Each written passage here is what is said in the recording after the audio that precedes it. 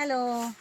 आता आमच्याकडे या शेतावर ना हा बांध आहे आणि ह्या बांधाच्या खाली इथं अशी ऑलरेडी नारळाची झाडं लावलेली आहेत. तर आम्हाला काही हेलिकोनियाची झाडं आणि काही कनेरची झाडं लावायची आहेत. हा हेलिकोनिया आहे आणि कनेरची झाडं आहेत. आता इथं ऑलरेडी काय होतं, ह्या झाडाची जी पानं वाळलेली असतात ती खाली पडतात. आता पावसामुळे ती ओली झालेत.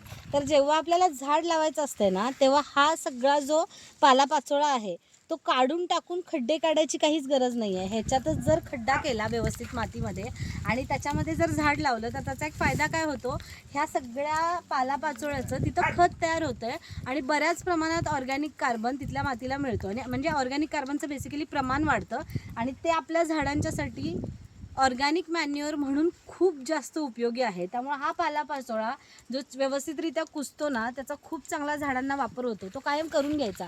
समजा आपल्याला हे करायचं नसेल तर आपण असं करू शकतो, आपल्या शेताच्या ठिकाणी किंवा जिथं आपल्याला पॉसिबल आहे, जर छोटीशी जागा असेल तर खड्डा करायचा आणि त्या खड्ड्यामध्ये हा सगळा पालापाचोळा कायमस्वरूपी ठेवून द्यायचा. जेवढा आपण जास्त तो डंप करू तेवढा 1-1.5-2 महिन्यानंतर त्याचं खूप चांगलं ऑर्गॅनिक मॅन्युअर तयार होतं आणि तेच मॅन्युअर तुमच्या ज्या पालापाचोळ्याचं तयार झालेलं असतं तेच आपण आपल्या शेतातल्या झाडांना वगैरे कायमस्वरूपीसाठी वापरू शकतो. आपल्याला बाहेरचं खत वापरायची अजिबात गरज नाही.